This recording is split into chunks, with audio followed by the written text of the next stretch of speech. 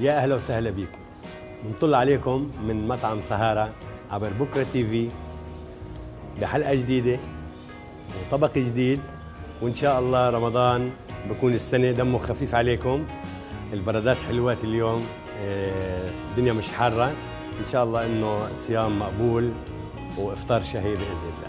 نبدأ في حلقتنا وطبقنا اليوم. راح يكون الطبق عائلي، راح نستخدم فيه أو مسمى الطبق هو فخدة الحبش المحشية. الفكرة من الموضوع اخترنا هذا الطبق لأنه ستات البيوت مرات بيعانوا من مشكلة كيفية إعداد مثل هيك أطباق أو طبخها، لهيك بدنا نسهل المسألة على ست البيت وندلها على أبسط الطرق وأسهل الطرق لأنها تعد أطباقها اللي ممكن يعني تتميز فيها قدام بالعيلة قدام الأصدقاء والضيوف، وإن شاء الله راح نكون عند حسن الظن. نبدأ زي ما قلنا بفخدة من الحبش.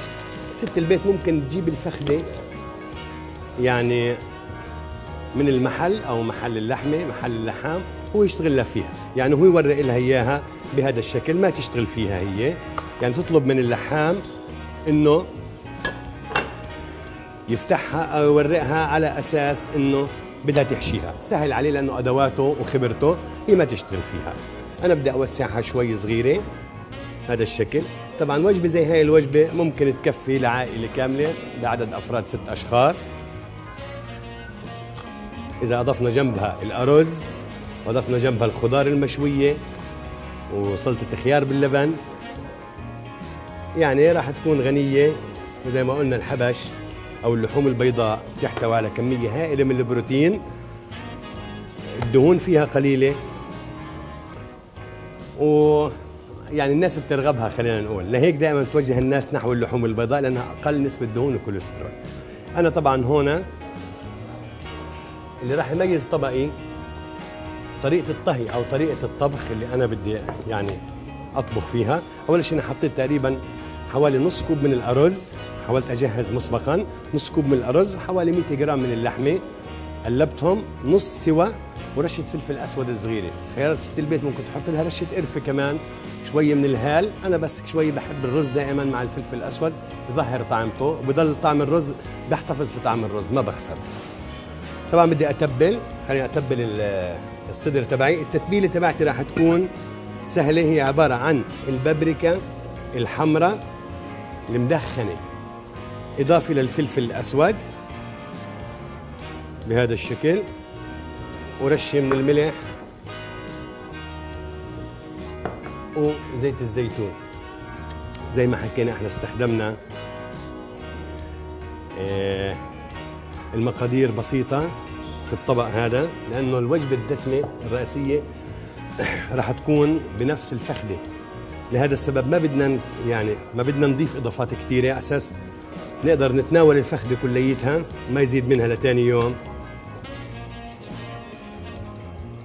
ونتناولها سخنة طيبة. يعني أطيب الطعام ما أكل وقت طبخه، مثل أطيب الخبز ما أكل وقت خبزه. لهذا السبب مرات ممكن نخسر أطعمة إذا بيتناها أو إذا أجلناها.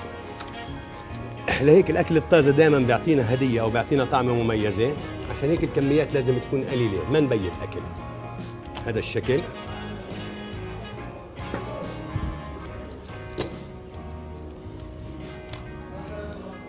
أنا خليت العظمة هنا أساس تربطها، أساس تكون شكلها زي الموزة حلو.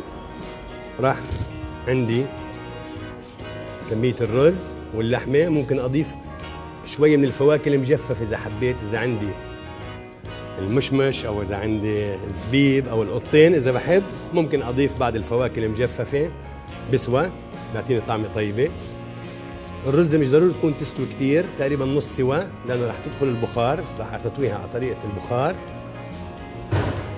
وأي ست بيت متوفر عندها طنجرة بهذا الشكل. هلا راح أشرح لها كيف طريقة السوا اللي تستوي على البخار وتكون عساسية معسلة يعني وتكون طيبة.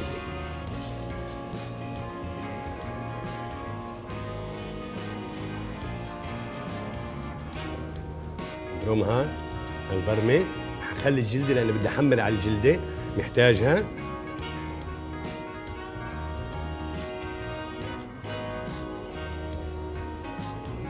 ايوه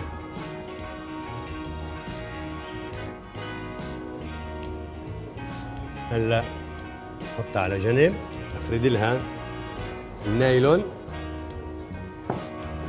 نايلون التغليف زي ما قلنا من منتجات سانو سوشي. المرة مش رح ألفها بورق الفويل أو بورق الألمنيوم، رح ألفها بالنايلون. وهي طريقة ممكن ست البيت تستغرب، طالما النايلون تعرض للبخار مش رح يحترق، ما تخاف منه، بس بحافظ على العصارة، ما بتهرب منه وبتضل الطعمة محصورة أو محبوسة جوا الفخدة.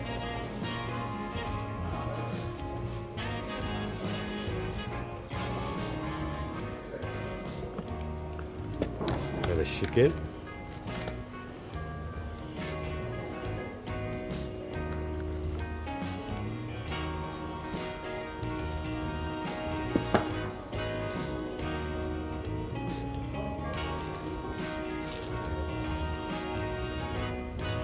بدأنا البخار.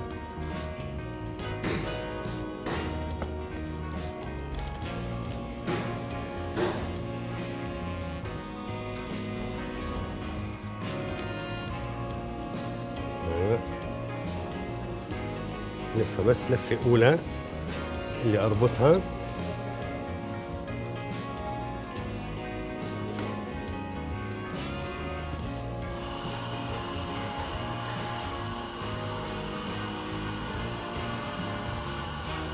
هلا بنلفها كويس وبنسكرها زي حبة الملبس.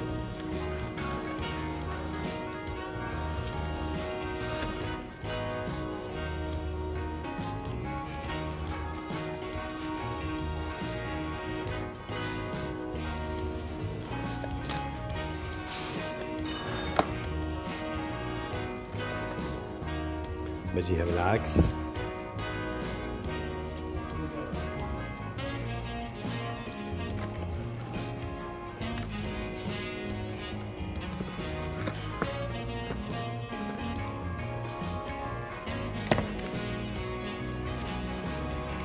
بالشكل.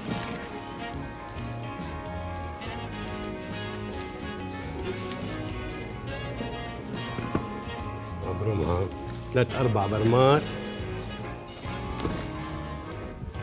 لتسكر معي كويس.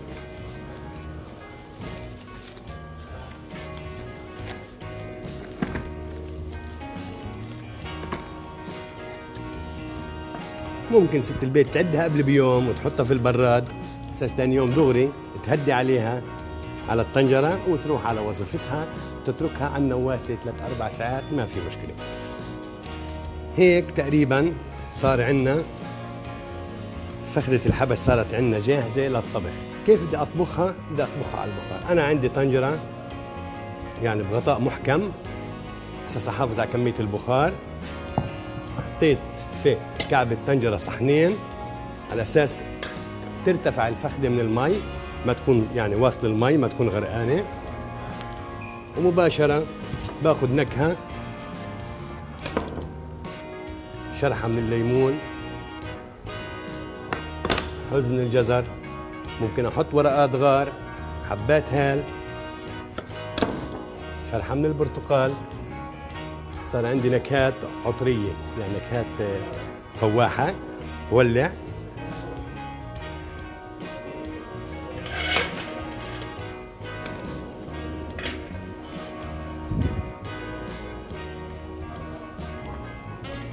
بتأكد انه المي باستمرار افقدها، وانزلها كمان نص كوب من المي على اساس ما تحترق. صارت عندي جاهزة، بنزلها.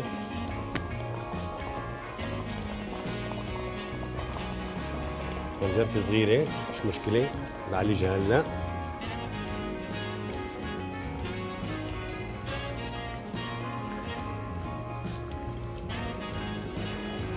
بهذا الشكل. أعيدها، بسكر عليها، بتركها تقريبا 1.5 ساعة. بعد أول نص ساعة من الغليان بنوس عليها، بتركها تقريبا 1.5 ساعة. بعد 1.5 ساعة رح نفتحها، ندخلها على الفرن، نعطيها لون، ونقدم جنبها زي ما قلنا إما الخضار السوتيه أو نقدم الأرز المفلفل حسب رغبة ست البيت. اللبن أو الخيار بلبن يعني هو مكمل لهذه الوجبة، لأنه ببرد أو بيعمل بالانس أو بيعمل توازن. وهيك أعزائي المشاهدين بنكون أنهينا اليوم حلقتنا معكم، بانتظار حلقة جديدة عبر بكرة تي في. انتظرونا ورمضان كريم.